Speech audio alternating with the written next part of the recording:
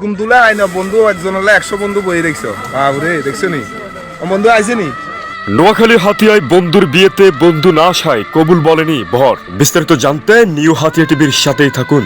এটা হলো সেই ভাইরাল বিয়ে, ওই যে বন্ধুর জন্য অপেক্ষা করা সেই বিয়ে বাড়িতে, কিন্তু বন্ধুরা হারালাইছি গতকাল ভাইরাল হওয়ার পরে।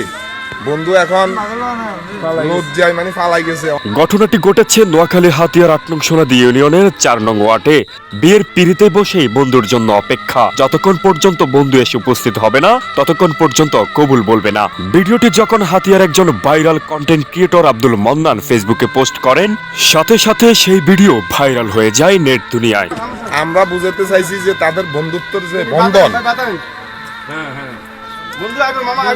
বন্ধু কই হ্যাঁ আরে সেই ভাইরাল বিয়ে কালকাতা একদম যে ভাইরাল হইছে কই না বন্ধু।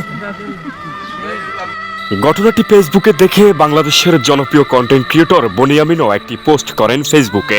এলাকাবাসী বলেন, ছোটকাল থেকেই তাদের দুজনের একসাথে চলাফেরা। তাদেরকে দেখে বোঝা যেত না তারা দুজন আপন ছোট ভাই নাকি বড় ভাই।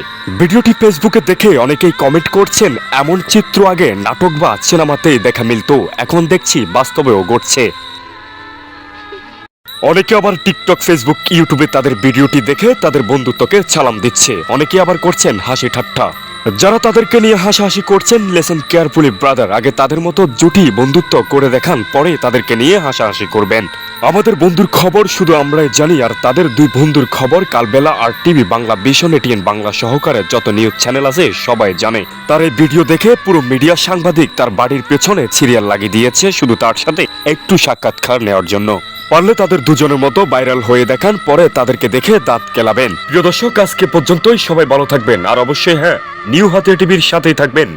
New Hatiya TV.